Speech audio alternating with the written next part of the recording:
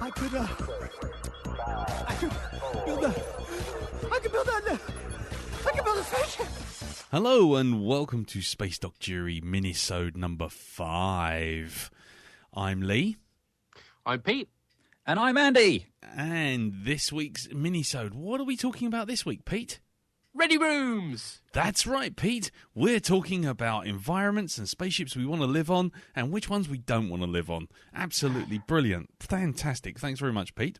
So, yes, this week we're having a little discussion about, well, what spaceships would we want to live on? I mean, you know... We should qualify this because the ships that we love, yes, we really love. I mean, Lee, for example, loves the Nostromo. Do you not, Lee? You love the Nostromo. I love it. I love it. But I don't think it's a ship you particularly want to be on. Not even want to just stand on, to be honest. No, I don't even want to be near the Nostromo. Bad things happen near the Nostromo. It's bad juju. And so it's actually ones that we would like to live on. Ones we would like to actually sort of exist upon, and ones obviously that we wouldn't. So there you go, a nice little mini episode for this discussion. And obviously, once we're finished here, you can carry on the Facebook group. But before we get to that, let's start. So, Pete, where? I'll go first then. Yeah, okay. What ship in what universe would you like to live on? Well, I'd love to live on the X-Bomber. No joking. Don't worry. No take-backs. He said it. Yeah, I heard him. You all heard him, right? Yep. Do not want to be on strings, thank you. No, and obviously the Enterprise D. No, oh, what a surprise. of La course. la la. And it's not just because the wonderful Ready Room, which has got a fantastic fish tank. All right, stop him. Enough of the ready room. Enough of the ready room. Like IKEA Can't get enough of the Ready Room. Move downstairs. Go somewhere else. Well, let's start with the carpets, because I know that's a bone of contention for some people. But I happen to like a nicely carpeted starship. I think if you're going to have a starship, you may as well have one that enables you to... You want a ship you can walk around in your slippers and a dressing gown? Exactly, and a newspaper under your arm and a pipe in your mouth and feel at home. And let's face it, is there any spaceship you can feel more at home in than the Enterprise D? It's so cosy. It's you can just smell the Horlicks. It's fantastic. It's all over the fucking... TL Grey Hot. Yes. I mean, did you touch on a point there, of course. Any drink instantly available to you? I mean, obviously, unfortunately, the alcohol tends to be, alcohol-free, which is slightly irritating. But it does have a bar. Can't say that about many spaceships. And if you know the landlady quite well, she'll get you something actually alcoholic and probably green from under the bar. Something green, yes. Yeah.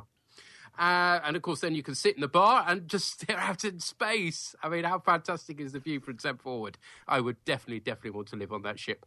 All the rooms look fairly comfortable, plenty of space, unlike certain Defiance, where there's bunk beds and it looks terribly uncomfortable.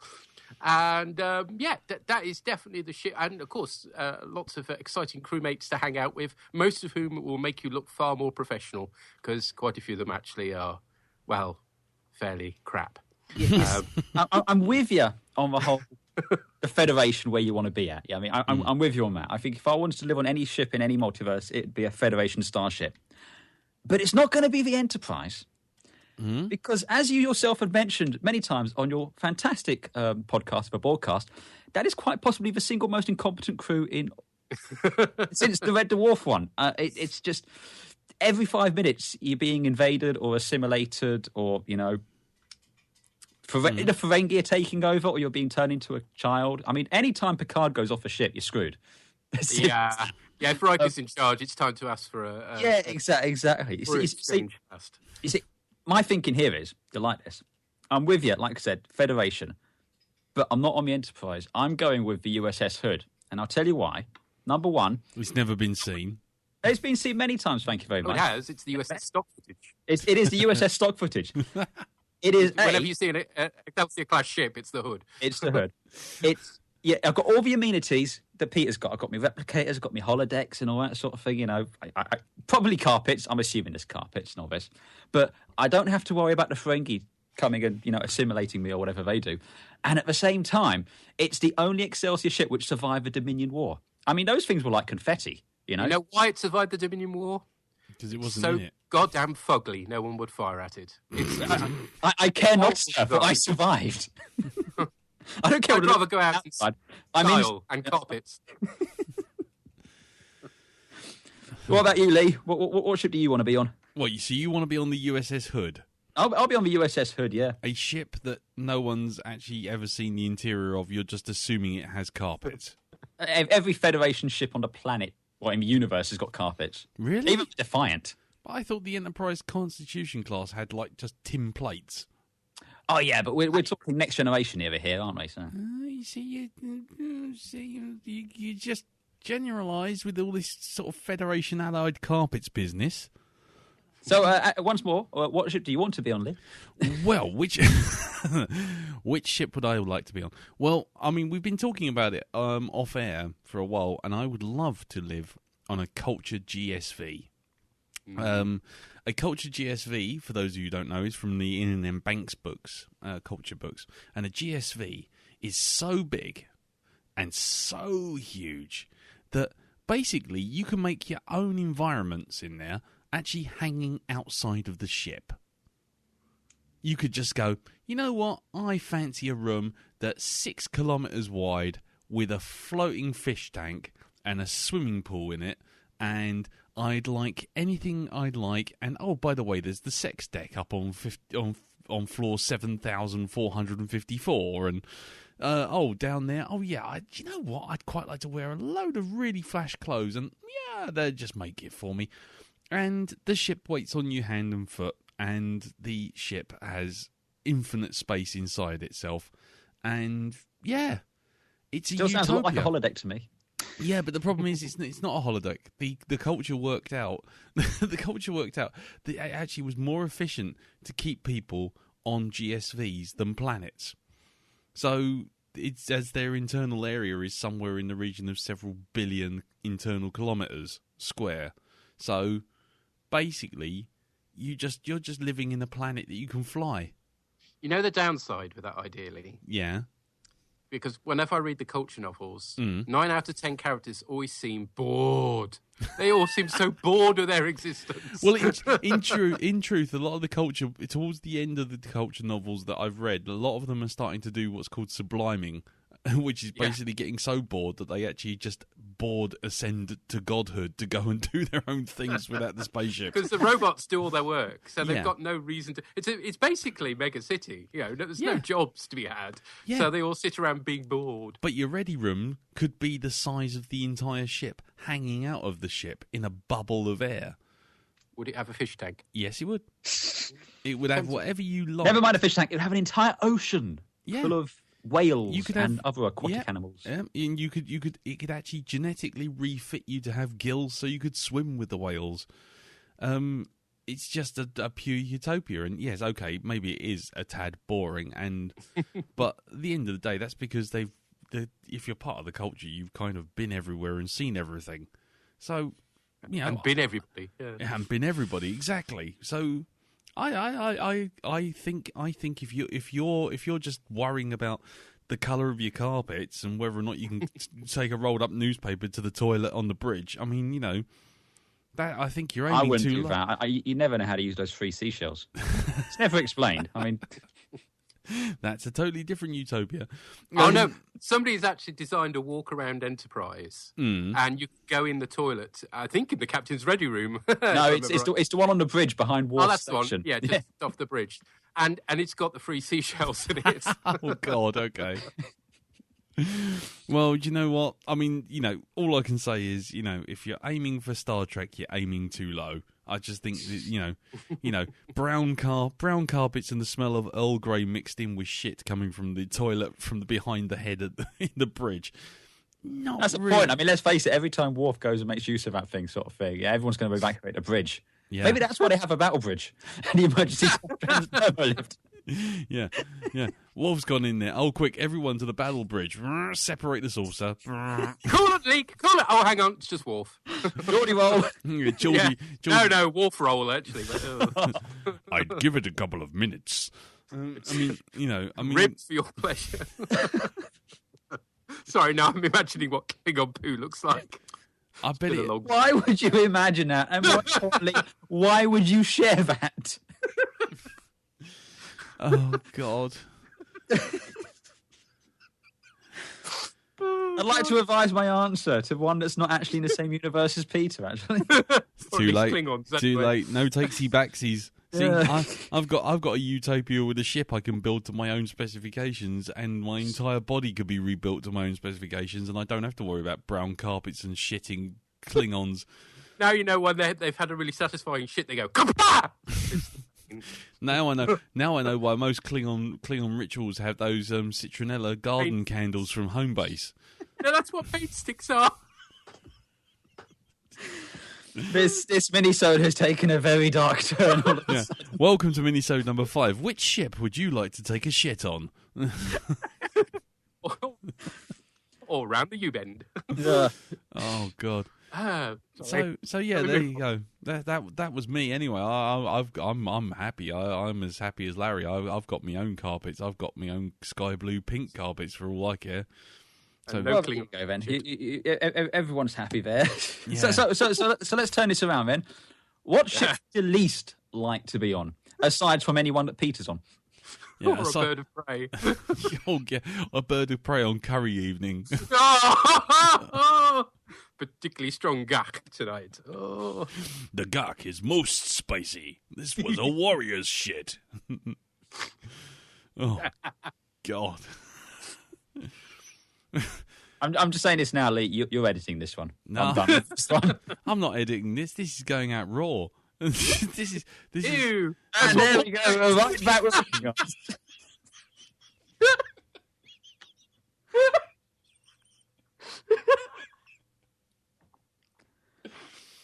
There you go. Well, good night, everyone. That's answered everyone's question. Yeah. Do you think it comes out like a Batleth? What's Klingon for sweet corn? Batleth. Because it'll fuck you up pretty badly. Yeah, I don't know. What ship would you not like to be on? I mean, there's obviously things like the Cement Horizon. I mean, that's not a ship you want to be on.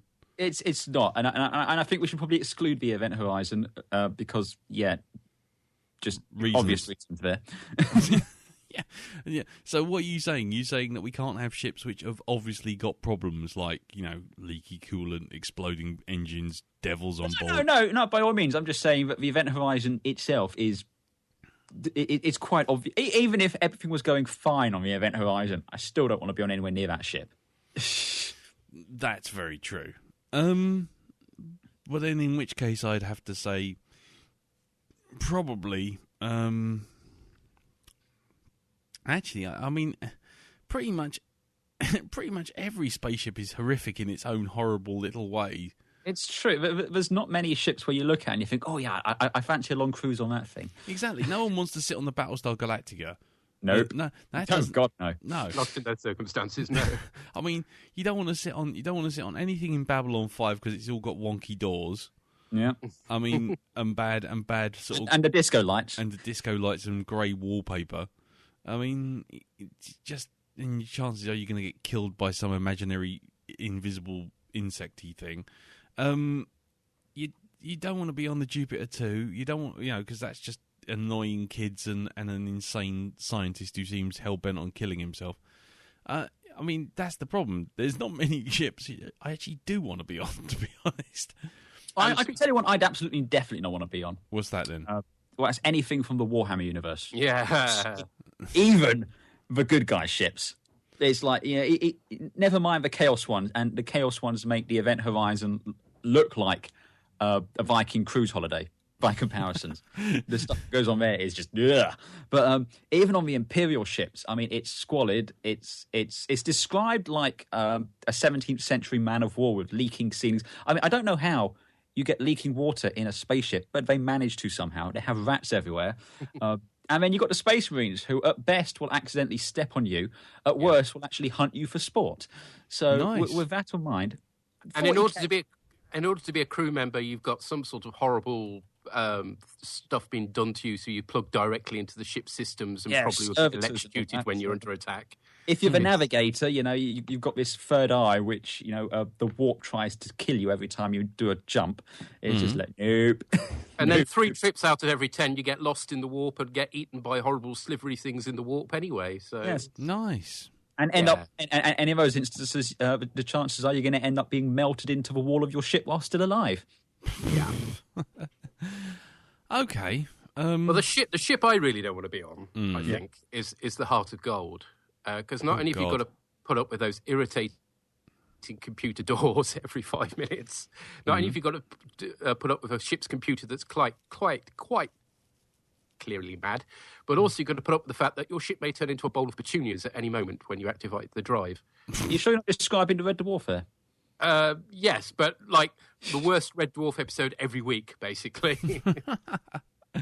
Yeah, that's true. Every time you do a plus you can't get a decent cup of tea. That's Absolute nightmare. Very true. Yeah, that's it. And with the destruction of the Earth, that's kind of It's going to keep you going. Yeah. Yeah. Okay. Well, I mean, I suppose if I have to pick a ship, I mean, I've probably the one I really, really, really wouldn't want to be on is the USS Dark Star. Which have you seen the films? Anyone seen the? No, I don't believe so. No, You have not seen the film Dark Star. I have not. Okay, right. Basically, it was a student film with starring Dan O'Bannon, who would later go on to write Alien, and it was directed by John Carpenter. And the thing was to compensate for the fact that this spaceship is like a ship that goes ahead of the fleet and blows up any planets in the way of this rapidly accelerating fleet going off to war. And the long and the short of it is the 3 guys in there are space hippies. And on top of that, their captain was killed when one of the consoles malfunctioned, so he's now just a head in a block of ice. But what you find out through yeah, go on. Is this the one with the giant beach ball thing? Yeah, the giant beach ball. Yes, I was seeing half of this and then I fell asleep. Yeah, well, they pick up. Firstly, you got sentient missiles, and occasionally they have logic problems, which means that you have to actually convince them not to explode. But then they go into this "I think, therefore I am" situation, and so realise that all they've got, they find missiles that find religion, and suddenly realise that what they've got to do is they are basically made to explode. So why don't they explode? And so you have to keep constantly having like existential arguments with your own weaponry. But not only that, but during one of the diaries that Sergeant Pinback, played by Dan O'Bannon, does, he kind of keeps reporting back to the fleet, and the fleet doesn't give a shit. So this ship is slowly falling apart, and he basically says that a rogue asteroid 4 days into the mission basically destroyed the entire ship's supply of toilet paper. So you've got 3 hippies ahead, a bunch of existential angsting nuclear weapons that can destroy planets, and everyone's got the shits and no toilet paper. Wow. Nothing to wipe Mr. Worf with. Nothing to wipe your Klingon ridge with. No, absolutely not. nothing to seal your Batleth. So yeah, unfortunately, I think being on the Dark Star would be quite possibly the worst of all things. I think honourable mention has to go to the USG Ishimura. Yes, yeah. If you want to go, kind of the same problem you have with the Event Horizon, but even if there was no demonic infestation on that ship, still wouldn't go anywhere near it. It's a health and safety nightmare.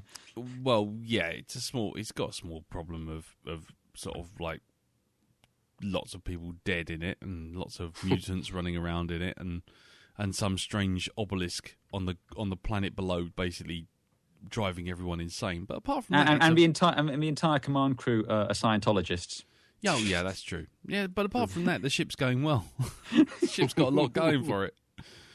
So so there you go. I mean, I would say something like the Ishimura or the Nostromo or the Auriga or the Event Horizon, but those are all ships that are basically fucked up by by monsters and things. Yeah, whereas, plot kind of ends up ruining the ships. Yeah, whereas They're not necessarily ships you'd want to be on, but if you take away the demonic infestations and monsters trying to kill you, probably not as bad. yeah, whereas the Dark Star is just a shambolic mess. It makes the Red Dwarf look like a highly trained military unit. So in fact, I think when we next grade our ship crews, I think the crew of the Dark Star should be right at the bottom, right underneath Lister They can and have a Co. 0. They've got to be a Well, 0. we've already had a little discussion in the Facebook group, and I think we're moving the Red Dwarf crew down to a 0, so the Dark Star could be -1. Yeah, Oh dear. yeah. You would actually, if you got a crew as bad as the Dark Star crew, you'd actually lose points. Yes. We'll start taking points away from it. Yeah. So there you go.